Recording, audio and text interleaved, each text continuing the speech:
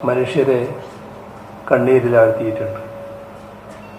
ഈ ദുരന്തമുഖത്ത് ദൃഢനിശ്ചയത്തോടെയാണ് പോലീസും ഫയർഫോഴ്സും സൈന്യവും ദുരന്ത നിവാരണ സേനയുമെല്ലാം രക്ഷാപ്രവർത്തനത്തിൽ മുഴുകിയിരിക്കുന്നത്. നമ്മുടെ നാടിൻ്റെ മാനുഷികമായ ഔന്നത്യം കാത്തു സൂക്ഷിക്കുകയാണ് അവരെല്ലാവരും. മനുഷ്യത്വം സേനകളുടെ മുഖമുദ്രയാകുന്ന മഹത്തായ സന്ദർഭങ്ങളാണ് നാം അവിടെ കണ്ടത്.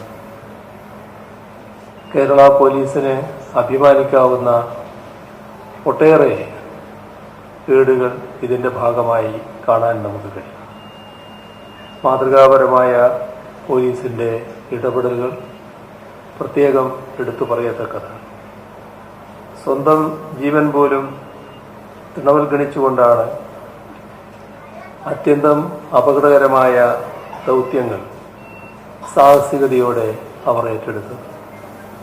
കുത്തിയൊഴുകുന്ന നദി, അപ്പുറത്തേക്ക് കടക്കാൻ മാർഗമില്ല, അതിൽ പടം കെട്ടിക്കടക്കണം. ആ നദി മുറിച്ച് കടക്കാൻ ആ ഘട്ടത്തിൽ എളുപ്പമല്ല, എങ്കിലും മുറിച്ച് കടക്കുന്നു. അതിനെല്ലാം സ്വന്തം ജീവൻ പോലും തൃണവൽഗണിച്ചുകൊണ്ട് തയ്യാറായ ആളുകളെയാണ് നമുക്ക് കാണാൻ കഴിയുക. അവരുടെ ജീവന് തൻ്റെ ജീവനേക്കാൾ വിലയുണ്ടെന്ന് കരുതി ത്യാഗപൂർണമായ മനോഭാവമാണ് അവിടെ കാണാൻ നമുക്ക് കഴിഞ്ഞത്. മുൻപ് പ്രളയകാലത്തും കോവിഡ് കാലത്തുമെല്ലാം ഇത്തരത്തിലുള്ള അനുഭവങ്ങൾ നമുക്കുള്ളതാണ്. കേരള പോലീസിൻ്റെ കരുതലിൻ്റെ സ്നേഹസ്പർശം ആ ഘട്ടത്തിലെല്ലാം അനുഭവിക്കാൻ നാടിന് കഴിഞ്ഞിട്ടുണ്ട്.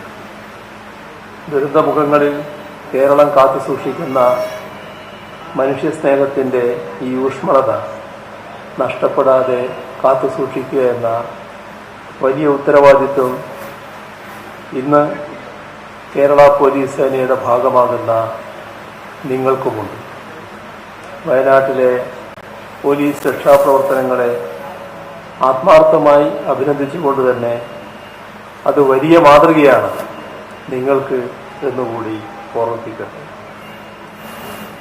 നിങ്ങളുടെ പരേഡിൻ്റെ സമയത്ത് മഴ വിട്ടുവെന്നെങ്കിലും ചെറിയ മഴ ഇപ്പോൾ തുടങ്ങിയിരിക്കുകയാണ്. അതുകൊണ്ട് ദീർഘമായി ഒരു സംസാരത്തിലേക്ക് ഞാൻ കടക്കുന്നില്ല. പോലീസിൻ്റെ ആപ്തവാക്യം മൃദുഭാവേ ദൃഢകൃത്യം, ഇത് അന്വർത്ഥമാക്കുന്നതിന് ഉതകുന്ന രീതിയിലുള്ള പരിശീലനമാണ് നിങ്ങൾക്ക് ലഭ്യമായിട്ടുള്ളത്.